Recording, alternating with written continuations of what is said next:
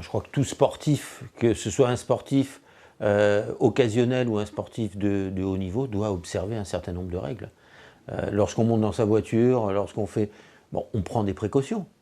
Lorsqu'on va faire du sport, c'est la même chose. Il y a des règles à observer qui sont absolument pas contraignantes, mais qui sont simplement des règles d'hygiène de vie au quotidien.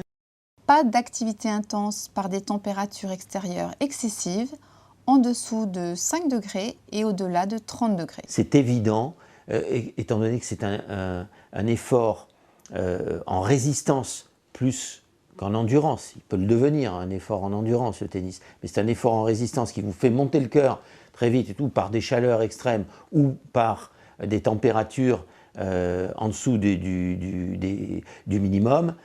C'est extrêmement préjudiciable. Donc, ce n'est pas une pratique qu'il faut encourager le tennis par des températures extrêmes, qu'elles soient négatives ou positives. Pour les fumeurs invétérés, jamais de tabac pendant l'heure précédente et les 2 heures suivant la pratique sportive. Alors, s'il y a des fumeurs qui jouent des matchs, ce qu'il faut surtout leur conseiller, c'est de ne pas fumer juste avant ou juste après.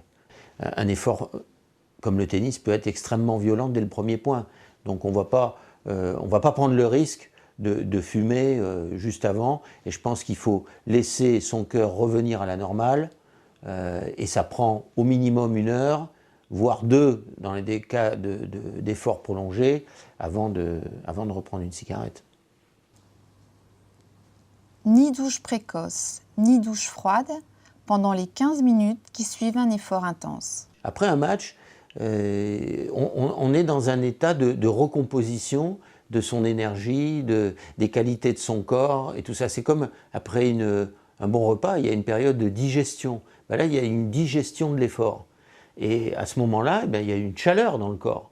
Et c'est préjudiciable que de piquer une tête dans la piscine qui est juste à côté du cours, ou d'aller se baigner dans une eau froide sur la digestion, justement, prendre un bain de mer. On a vu les risques d'hydrocution qu'il pouvait y avoir, et c'est la même chose.